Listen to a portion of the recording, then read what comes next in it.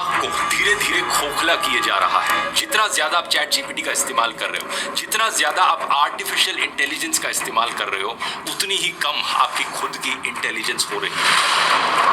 मैं जानता हूं इस सवाल को आंसर करना बहुत अनकंफर्टेबल है, क्योंकि मैंने खुद पिछले 2.5 सालों में बहुत एक्सटेंसिवली इस्तेमाल किया है एआई का और एआई को प्रमोट किया है। लेकिन जो नई साइंटिफिक रिसर्च इस चीज को लेकर आ रही है वो सही में बहुत शॉकिंग है। हम सबको लगा था कि एआई को इस्तेमाल करने से हम और स्मार्ट बनेंगे, लेकिन यहाँ पर हो इसका उल्टा ही रहा है। लोग और स्टूपिड बनते जा रहे हैं। नमस्कार दोस्तों, आज से करीब 10 साल पहले याद करके देखो आपको कितने फोन नंबर्स याद थे। 7-8 फोन नंबर्स, 4-5 फोन नंबर्स, या कम से कम 2-3 फोन नंबर्स तो आपको याद ही होंगे। लेकिन आज 2025 में सोचो आपको कितने फोन नंबर्स याद हैं। मुश्किल से 1-2 फोन नंबर्स याद होंगे। ऐसा इसलिए है क्योंकि अब सब नंबर्स फोन में सेव्ड होते हैं और उन्हें याद रखने की जरूरत नहीं पड़ती। इसी तरह आज से करीब 10 साल पहले जब आप कहीं जाते थे तो आपको रास्ते याद रहते थे। अपने शहर में आपको अलग अलग लैंडमार्क्स याद थे। लेकिन आज आप सिर्फ गूगल मैप्स खोलते हैं और वहां से रास्ता फॉलो करते हैं। ये 2 बहुत छोटे से उदाहरण है दोस्तों, लेकिन इन्हीं से ही आपको इस प्रॉब्लम की सीरियसनेस पता चल जानी चाहिए। आगे वीडियो में मैं आपको वो साइंटिफिक स्टडीज दिखाऊंगा जो दिखाती हैं कि जो लोग गूगल मैप्स का कम इस्तेमाल करते हैं या बिल्कुल नहीं करते, फॉर एग्जाम्पल टैक्सी ड्राइवर्स, उनके ब्रेन का एक पूरा हिस्सा ज्यादा बड़ा होता है एवरेज लोगों के कंपैरिजन में। इमेजिन करके देखो, और गूगल मैप्स में तो पूरा मुद्दा सिर्फ रास्ते याद रखने का है। एआई चैटबॉट्स तो आपके लिए पूरे के पूरे एसेज लिख सकते हैं, आपके लिए कोड कर सकते हैं, बिजनेस डिसीजन से लेकर इन्वेस्टमेंट्स और आइडियाज जनरेट कर सकते हैं। यहाँ पर एक बहुत इनकन्वीनियंट सवाल खड़ा होता है दोस्तों, क्या एआई का इस्तेमाल करना लोगों को और स्टूपिड बना रहा है? पिछले कुछ महीनों में नई साइंटिफिक स्टडीज पब्लिश हुई हैं इस सवाल को लेकर और उनके रिजल्ट्स बहुत शॉकिंग हैं। आइए जानते हैं आज के इस वीडियो में दोस्तों।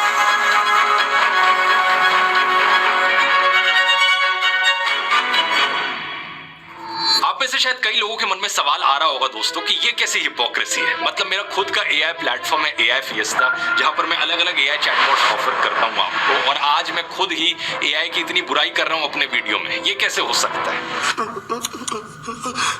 तो मैं यहाँ पर कहना चाहूंगा कि ये हिपोक्रेसी नहीं, मैं इसे जिम्मेदारी मानता हूँ। मैं आपके थ्रू कनेक्टेड हूँ सोशल मीडिया के माध्यम से। अगर सोशल मीडिया ना होता तो मैं वीडियोस भी ना बना पा रहा हूँ, लेकिन फिर भी मैंने पिछले कई वीडियोस में सोशल मीडिया प्लेटफॉर्म्स के नेगेटिव इंपैक्ट की बहुत चर्चा करी है। इवन मैंने ये तक कहा है कि social media as a technology का जो इंसानियत पर इंपैक्ट रहा है वो ओवरऑल इफेक्टिवली कहीं ना कहीं नेगेटिव ही है। सिमिलरली स्मार्टफोन्स, मैं खुद एक स्मार्टफोन का इस्तेमाल करता हूँ, स्मार्टफोन्स के जरिए वीडियो बनाता हूँ, लेकिन फिर भी स्मार्टफोन एडिक्शन पर मैंने बहुत बात करी है। इस पूरे वीडियो में मैंने बार बार समझाया कि कैसे स्मार्टफोन्स का एक बहुत ही हानिकारक इंपैक्ट पड़ रहा है हमारी नई जनरेशन पर। तो इसी तरीके से एआई की भी पूरी सच्चाई बताना मैं इसे अपनी जिम्मेदारी मानता हूँ। इस पूरे मुद्दे से रिलेटेड 3 मेजर रिसर्च पेपर्स पिछले 1 साल में सामने आए हैं दोस्तों। पहला है ये 2025 में अमेरिका के MIT मीडिया लैब के द्वारा कंडक्ट की गई स्टडी। इस स्टडी में रिसर्चर्स ने 54 पार्टिसिपेंट्स को एक ऐसे लिखने को कहा और इन पार्टिसिपेंट्स को 3 अलग अलग ग्रुप्स में डिवाइड किया गया। पहले ग्रुप को चैट जीपीटी यूज करना अलाउ किया गया, दूसरे को सिर्फ गूगल सर्च करना अलाउड रखा गया और तीसरे को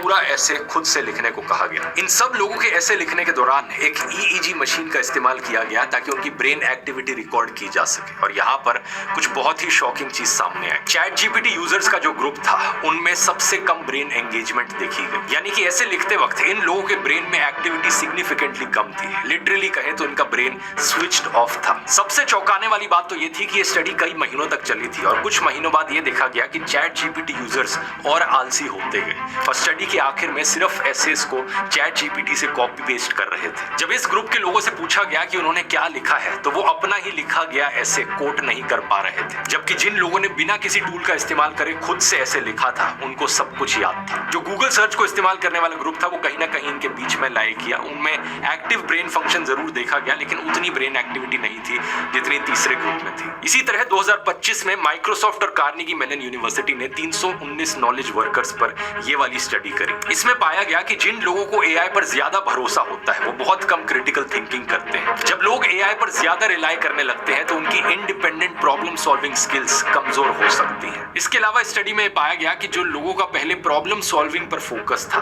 वो फोकस अब शिफ्ट होकर इस बात पर पहुंच गया कि एग्जिस्टिंग सिस्टम में एआई को कैसे यूज किया जाए और कैसे ऑटोमेट किया जाए टास्क। तीसरी एक ये स्टडी है करीब 666 लोगों पर की गई। इसमें पाया गया कि फ्रीक्वेंट एआई यूज और क्रिटिकल थिंकिंग स्कोर्स में एक बहुत सिग्निफिकेंट नेगेटिव कोरिलेशन। मतलब जितना ज्यादा एआई यूज उतनी ही कम क्रिटिकल थिंकिंग होती है। इसके पीछे यहाँ पर रीजन बताया गया कॉग्निटिव ऑफलोडिंग। कॉग्निटिव ऑफलोडिंग का यहाँ पर मतलब है कि लोग अपने सोचने वाले काम एआई को आउटसोर्स कर देते हैं और इससे उनको खुद सोचने की जरूरत ही नहीं पड़ती। इसके अलावा एक बात ये भी सामने आई कि ये आउटसोर्सिंग यंग लोगों में ज्यादा देखी जा रही है। इन 3 स्टडी से ये बात साफ है कि एआई का एक बहुत बड़ा असर पड़ रहा है हमारे दिमाग की सोचने की कैपेबिलिटीज पर। लेकिन इसके अलावा यहाँ पर एक काउंटर पॉइंट भी है जो कई लोग उठाते हैं कि जब भी कोई नई टेक्नोलॉजी आती है उसको लेकर जो फियर होता है, जो डर होता है कि इस टेक्नोलॉजी से कहीं लोग और डम तो नहीं बन जाएंगे, कहीं लोग और स्टूपिड तो नहीं बन जाएंगे। ये डर हमेशा से रहा है। ये बात वैसे सच है दोस्तों। आज से हजारों साल पहले जब किताबों का इन्वेंशन हुआ था तब भी उसे एक थ्रेटनिंग टेक्नोलॉजी बताकर कुछ लोग किताबों का विरोध करते थे। जैसे कि ग्रीक फिलोसोफर सोक्रेटिस ने भी किताबें लिखे जाने का विरोध किया था। उन्होंने कहा था कि अगर लोग लिखना सीख गए तो उनकी मेमोरी खत्म हो जाएगी, वो चीजें याद नहीं रखेंगे, बस लिख कर रख देंगे। उनका यह भी कहना था कि राइटिंग से लोगों को विजडम की इल्यूजन मिलेगी, यानी कि लोगों को लगेगा कि वो बहुत जानते हैं लेकिन असल में वो कुछ नहीं जानते होंगे। हालांकि आज हम जानते हैं दोस्तों कि ये पूरा आर्ग्यूमेंट गलत था। एक्चुअली में लिखने से आपको चीजें बेहतर याद रहती हैं। इसी तरह जब 1970s में कैलकुलेटर्स आए तो एजुकेटर्स का कहना था कि बच्चों की मैथ्स की एबिलिटी खत्म हो जाएगी और वो जिंदगी की एक बेसिक स्किल ही नहीं सीख पाएंगे। Well, one of the disadvantages would be that without proper guidance and supervision, a student could become unduly. Market में मुंह स्पॉट तो किया लेकिन ऑर्डर करने के लिए चार्ट को क्लोज करना पड़ा और जब तक ऑर्डर किया तब तक मैं मूव ही चला गया। सही पे एंट्री और एग्जिट दोनों डायरेक्टली चार्ट से, बस एक बार टैप किया और एंट्री और एग्जिट इंस्टेंटली एग्जीक्यूट किया। अब कोई भी मूव आंखों के सामने से मिस नहीं होगा। सही पर पहले And supervision, a student could become unduly dependent upon using the calculator. अब यहाँ से चीजें थोड़ी कंट्रोवर्शियल होना शुरू हुई। कैलकुलेटर्स पर जब रिसर्च करी गई तो उसमें पाया गया कि इतना क्लियर नहीं है। अगर इसका गलत तरीके से इस्तेमाल किया गया, ओवर यूज किया गया छोटी क्लासेस में, तो जरूर बच्चों पर इसका एक गलत इम्पैक्ट पड़ सकता है। लेकिन कुछ स्टडीज ने यह भी दिखाया कि कैलकुलेटर्स का इतना बुरा असर नहीं पड़ रहा है। असली प्रॉब्लम असल में शुरू होती है दोस्तों गूगल के आने के बाद। साल 2011 में बेट्सी स्पैरो और उनकी टीम ने एक रिसर्च की जो बहुत फेमस हुई। उन्होंने पाया कि जब लोगों को पता होता है कि कोई इंफॉर्मेशन कहीं पर अवेलेबल है, जैसे कि इंटरनेट पर, तो वो उसे याद रखने की कोशिश कम करते हैं। इसे गूगल इफेक्ट या डिजिटल एमनीजिया का नाम दिया गया। अगर हमारे दिमाग को पता है कि कोई चीज गूगल पर सर्च करने पर मिल ही जाएगी तो उसे स्टोर करने में हमारा दिमाग एनर्जी वेस्ट नहीं करता। जैसे कि आपने कोई किताब पढ़ते वक्त कोई नया इंग्लिश का वर्ड देखा और फिर आप उसे गूगल करने निकलते हो उसका मीनिंग पता करने के लिए। उस समय जरूर आपको उस वर्ड का मीनिंग पता लग जाएगा, लेकिन फिर कुछ दिन बाद अगर वो वर्ड दोबारा आपके सामने दिखा तो मुश्किल है कि आपको याद रहेगा कि उसका मतलब क्या था। इस गूगल इफेक्ट की वजह से दिमाग में इंफॉर्मेशन नहीं बल्कि वो इंफॉर्मेशन कहाँ मिलेगी ये चीज स्टोर होती है। जैसे कि उन वेबसाइट्स का नाम क्या है जहां पर वो इंफॉर्मेशन आपको मिलती है। ये चीज फिर भी रिलेटिवली इतनी खतरनाक नहीं लगती सुनने में, लेकिन असली खतरा रिसर्चर्स ने नोटिस किया गूगल मैप्स जैसी नेविगेशन एप्स में। नेविगेशन दोस्तों यानी कि किसी भी गिवन एरिया में रास्ता ढूंढ पाना, ये हमारे ब्रेन के लिए सबसे डिमांडिंग टास्क में से एक होता है। इसके लिए हमारा ब्रेन हिप्पोकैम्पस वाले हिस्से का इस्तेमाल करता है जो कि एग्जैक्टली यहाँ पर लाई करता है ब्रेन में। ये हिप्पोकैम्पस हमारी मेमोरी और लर्निंग के लिए बहुत जरूरी होता है। कुछ एंथ्रोपोलॉजिस्ट का यहाँ तक मानना है कि नेविगेशन की वजह से ही इंसानों को याददाश्त की जरूरत पड़ी और शायद इंसानों का जो एवोल्यूशन देखा गया उसके पीछे एक बड़ा कारण था नेविगेशन की जरूरत। नेविगेशन स्किल्स का इतना गहरा असर पड़ता है हमारे दिमाग पर कि ब्रेन का स्ट्रक्चर तक बदल जाता है। साल 2000 में पब्लिश की गई ये वाली स्टडी देखिए। लंदन में टैक्सी ड्राइवर्स के ब्रेन को एनालाइज किया गया और एक नॉर्मल इंसान के ब्रेन से कंपेयर किया गया। उस जमाने में नेविगेशन इतनी अच्छी नहीं होती थी तो लंदन में टैक्सी ड्राइवर्स को 25,000 स्ट्रीट्स तक याद रखनी पड़ती थी और उनके ब्रेन को जब एनालाइज किया गया तो पता चला कि उनके ब्रेन में जो हिप्पोकैम्पस वाला हिस्सा है वो कहीं ज्यादा बड़ा है एक आम इंसान के कंपैरिजन में। और आज के दिन जो लोग गूगल मैप्स और जीपीएस पर बहुत ज्यादा रिलाई करते हैं उनमें उल्टा ही देखने को मिलता है। उनकी नेविगेशन स्किल्स कमजोर हो जाती हैं और बाद में वो रास्ते याद नहीं रख पाते क्योंकि उनका हिप्पोकैम्पस ट्रेन नहीं होता। अब दिक्कत यहाँ पर यह है कि हिप्पोकैम्पस सिर्फ नेविगेशन के लिए जरूरी नहीं है, ये एपिसोडिक मेमोरी, फ्यूचर इमेजिनेशन और कॉन्सेप्ट्स कनेक्ट करने के लिए भी बहुत जरूरी है। जब आप अपनी नेविगेशन स्किल्स इस्तेमाल नहीं करते तो आपकी ये सारी बाकी एबिलिटीज भी कमजोर होने लगती हैं। और अब आप इमेजिन कर सकते हो दोस्तों कि एआई का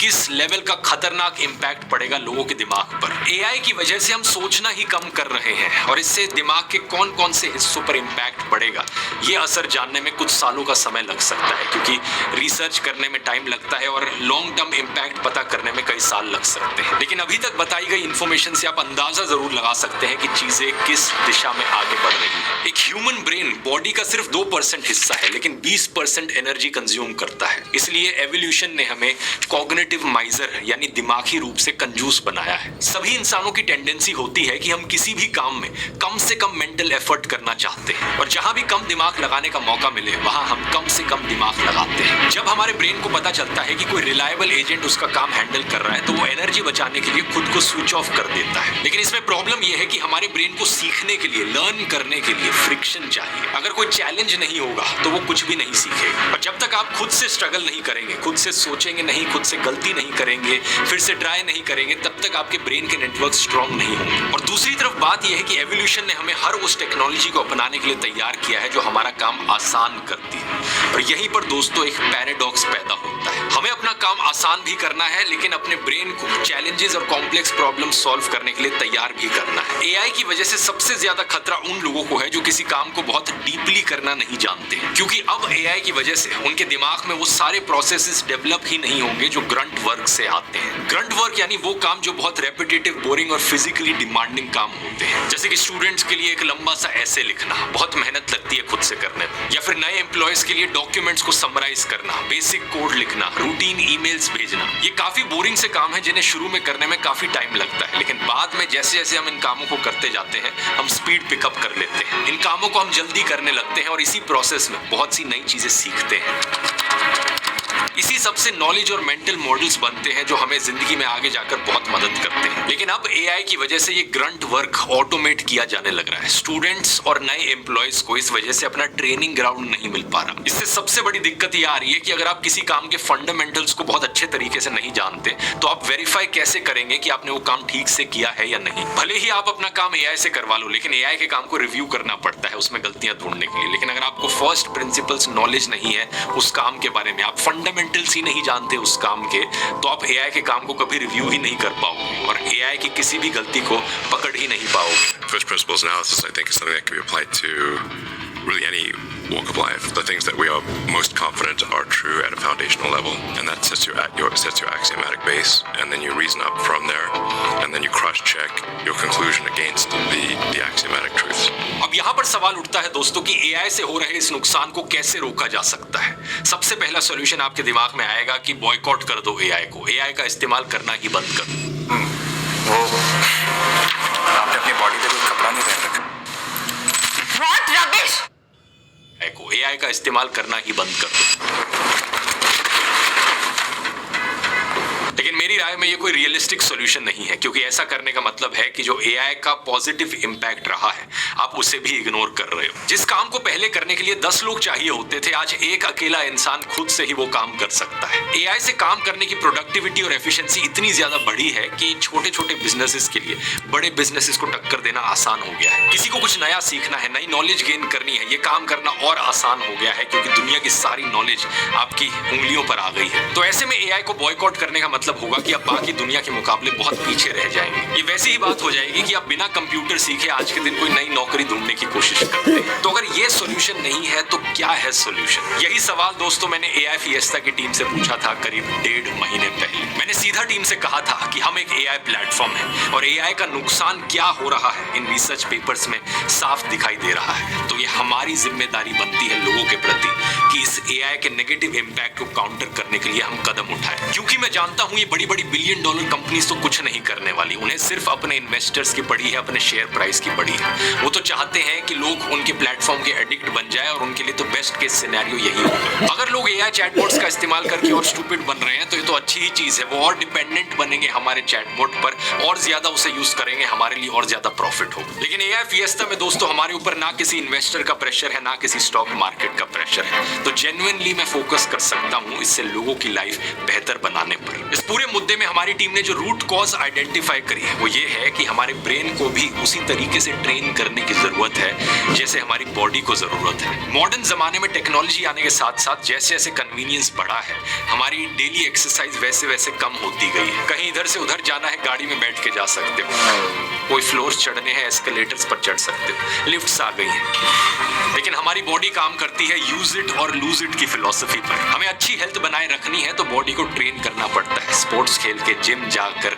एक्सरसाइज करके रेगुलरली। और हमने रियलाइज किया दोस्तों, एआई के इस नेगेटिव इंपैक्ट को काउंटर करने का एक बड़ा सोल्यूशन रहेगा ब्रेन ट्रेनिंग। हम अपने ब्रेन को भी वैसे ही ट्रेन करें, चैलेंजेस और डिफिकल्टीज देकर, जैसे हम अपनी बॉडी को ट्रेन करते हैं। इसलिए दोस्तों अब हमने एआई फिएस्टा प्लेटफॉर्म के अंदर ही ब्रेन ट्रेनिंग एक्सरसाइजेज इंक्लूड कर दी। मैं सीधा आपको खोलकर इसकी एक झलक दिखाना चाहूंगा। ये है एआई फिएस्टा का नया होम पेज। यहाँ पर आप साइड बार में जाओगे, एवेटार्स, प्रोजेक्ट्स, और इसके नीचे आपको मिलेगा गेम्स का ऑप्शन। ये कोई नॉर्मल गेम्स नहीं है, ये ब्रेन ट्रेनिंग के गेम्स हैं। शुरुआत में हम 4 गेम से शुरुआत कर रहे हैं। ये गेम्स आप प्लेटफॉर्म के अंदर ही खेल सकते हो। हर एक गेम आपकी एक अलग कॉग्निटिव एबिलिटी को चैलेंज करता है, जैसे कि ये है मैथ फिएस्टा।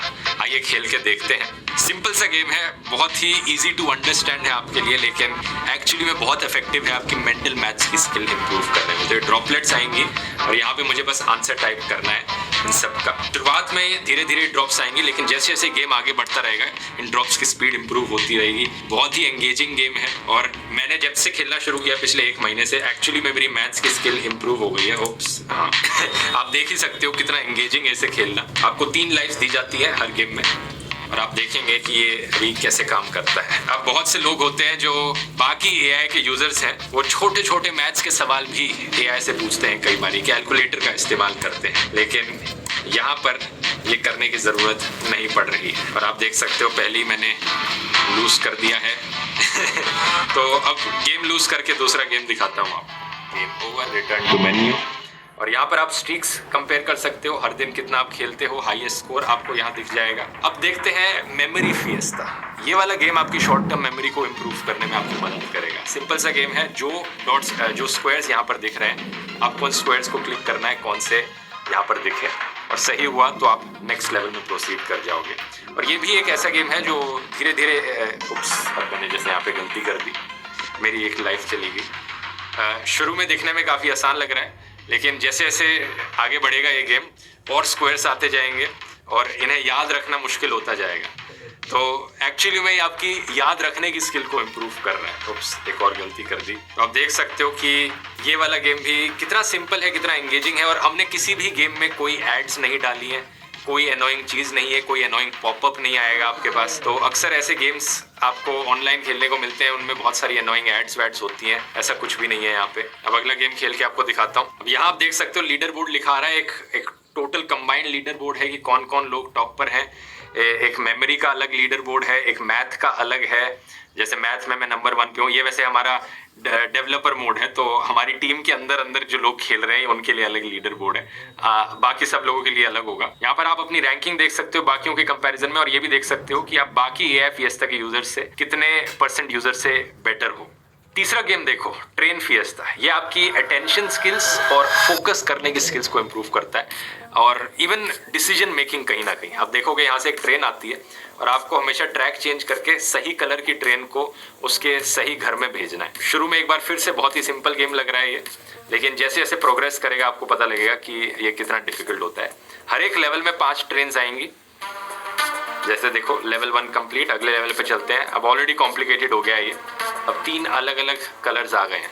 जैसे जैसे और कॉम्प्लिकेटेड बनता रहेगा, इसमें ना सिर्फ 3 अलग कलर्स आएंगे, बल्कि इसमें मल्टीपल ट्रैक चेंजेस के ऑप्शन भी आएंगे। इससे एक्चुअली में बहुत ध्यान लगा के आपको काम करना पड़ता है। और अब लेवल 2 भी कंप्लीट हो गया है। देखो लेवल 3 में ऑलरेडी 2 ट्रैक स्विचिंग के ऑप्शंस आ गए हैं, तो इसमें आपको इतना फोकस रहना पड़ता है कि अब ये ट्रेन आ रही है, अगली के लिए मुझे पहले से ही सोचना पड़ेगा कि पर्पल वाला कहाँ है, पर्पल यहाँ पे, ये कहाँ है, ब्लू वाला यहाँ पे, तो इसके लिए पहले से इसे स्विच कर दो। लेकिन इतने में पीछे वाली ट्रेन भी आ रही है, उसके लिए भी सोचना है। तो सही में ये आपकी अटेंशन और फोकस स्किल का एक नेक्स्ट लेवल एक्सरसाइज है। चौथा गेम दिखाता हूँ, वर्ड फिएस्टा। ये आपकी वोकैबुलरी की स्किल को इम्प्रूव करने के लिए रखा गया है। यहाँ पे एक टाइमर आएगा, टाइमर खत्म होने से पहले आपको इन 3 वर्ड्स को असेंडिंग टू डिसेंडिंग या डिसेंडिंग टू असेंडिंग ऑर्डर में अरेंज करना है, जैसे कि अनक्लियर, अंडरस्टैंडेबल और वेरी क्लियर। अनक्लियर में सबसे कम समझ आता है, अंडरस्टैंडेबल थोड़ा थोड़ा, और फिर वेरी क्लियर सबसे ज़्यादा। तो ये करेक्ट हो गया इस तरीके से। इससे धीरे धीरे जैसे आप प्रैक्टिस करोगे आपको पता लगेगा, हर एक वर्ड का मीनिंग यहाँ पे आई पे क्लिक करके देख सकते हो। लेकिन हमेशा ये हेल्पफुल नहीं होगा, क्योंकि जैसे जैसे चैलेंजिंग बनता जाएगा एक्चुअली में बहुत चैलेंजिंग वर्ड्स आते रहेंगे। और सबसे बढ़िया चीज़ ये है दोस्तों कि हमने इन गेम्स में कोई लिमिट